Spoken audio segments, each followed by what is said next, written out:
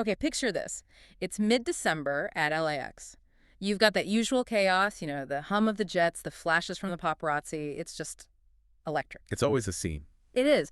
But then this black SUV pulls up. The air just changes. The door opens, and out she steps. The pop icon herself. And the outfit is, I mean, it's a statement. It's this pink off-the-shoulder top, black shorts, heels, and a cowboy hat.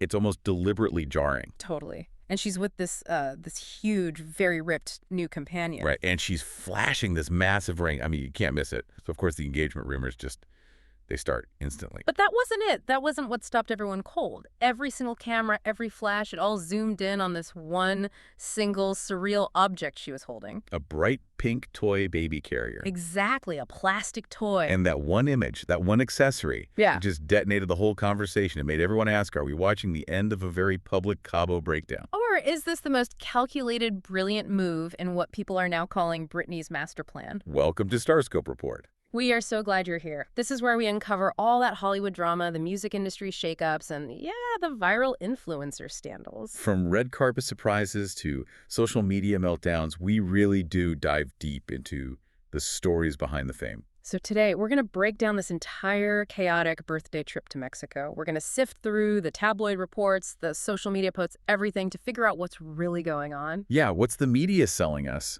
Versus what is she actually trying to say with every single one of these moves?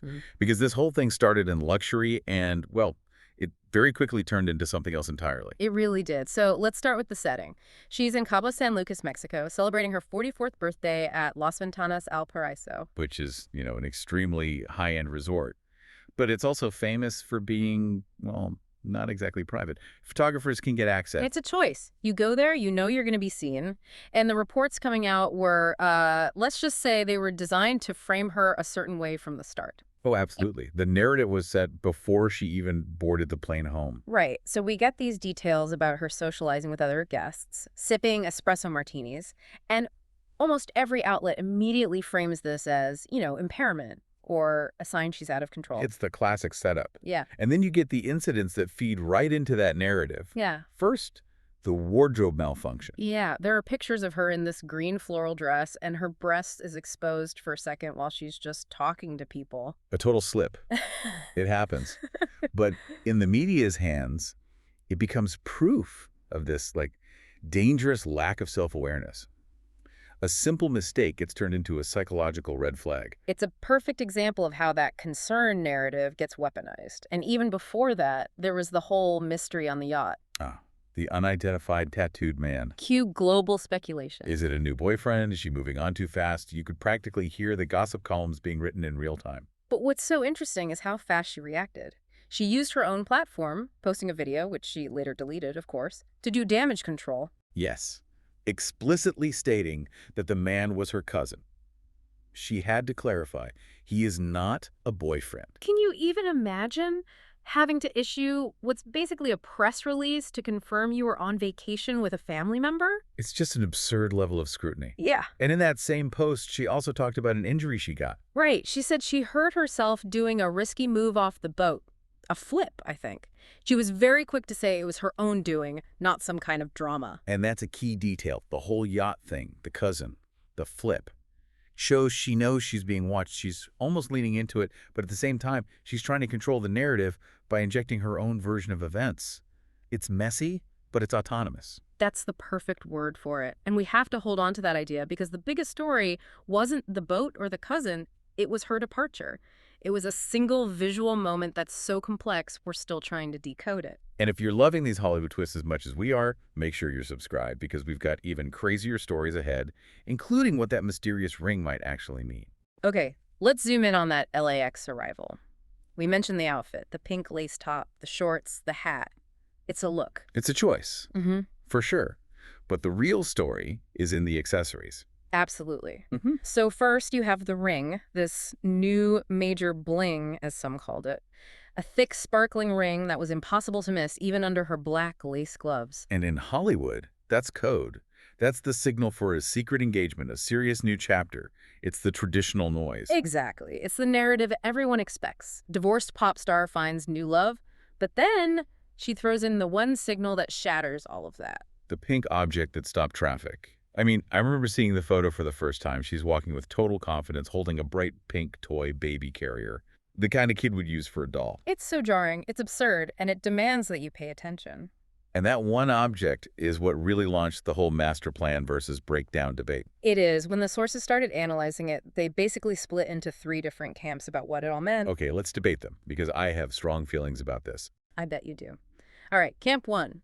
This is a satirical performance. It's trolling. She knows everyone's obsessed with her personal life, her motherhood, so she hands them something so ridiculous it guarantees virality while also mocking their obsession. I am 100% in camp one. This is high-level, expert trolling. She is forcing everyone to talk about the baby carrier, which means they're not talking as much about the man or the ring or any real vulnerability. She's controlling the conversation by making the subject absurd. But then you have camp two, which is the tabloid favorite, that this is a psychological expression. They frame the carrier as bizarre behavior, a sign of some unconventional coping mechanism, and they connect it back to her past legal struggles and her desire for more children. And that's the really insidious take, right? It's the media saying, look, she's acting erratically, she's unstable.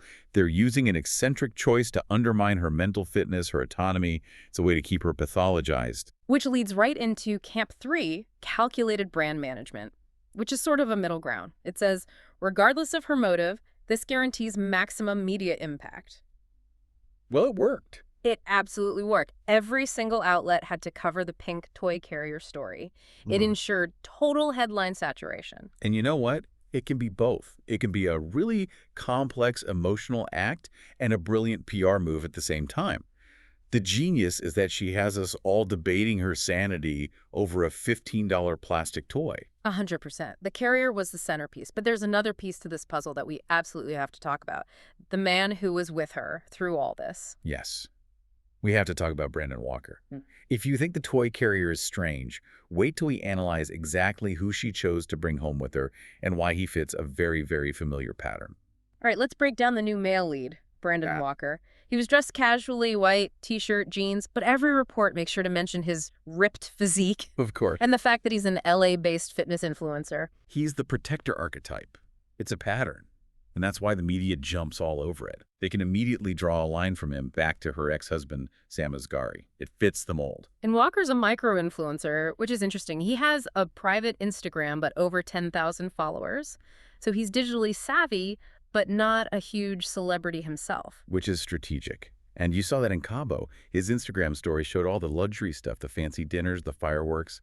But, and this is the key part, he never tagged her. That's deliberate discretion. Totally. It allows them to share the experience without making it Instagram official, which would just unleash a whole other level of media frenzy. But this choice, another muscular, discreet fitness guy, is exactly what the media uses to spin that concern narrative. Right. It's not about her being happy. It's framed as her being so fragile that she needs this kind of man for security. If he looks strong, they imply she must be weak. It's a vicious cycle. And that reporting is all about the worry among family and fans over her so-called bizarre behavior. And they'll use anything to amplify it. Remember that story about her 17-year-old niece, Maddie, singing Britney's own song, Lucky? The song about the lonely superstar who has everything but isn't happy. Exactly. The timing is everything.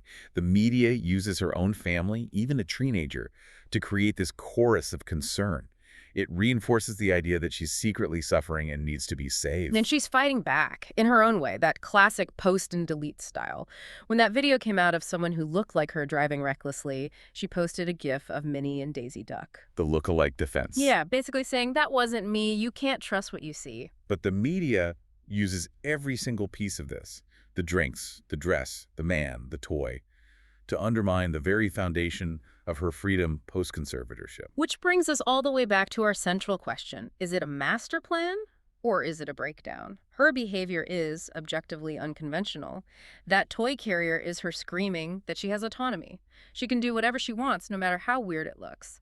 But the media frame is designed to suggest that because it's unorthodox, she must lack the capacity to control her own life, and that maybe she needs managed support again. We even hear whispers of a new conservatorship, even with zero legal basis for it. So when you synthesize all of this, what's the takeaway? For her, given her history, maybe the biggest power play isn't who she dates, but how she forces all of us to talk about her.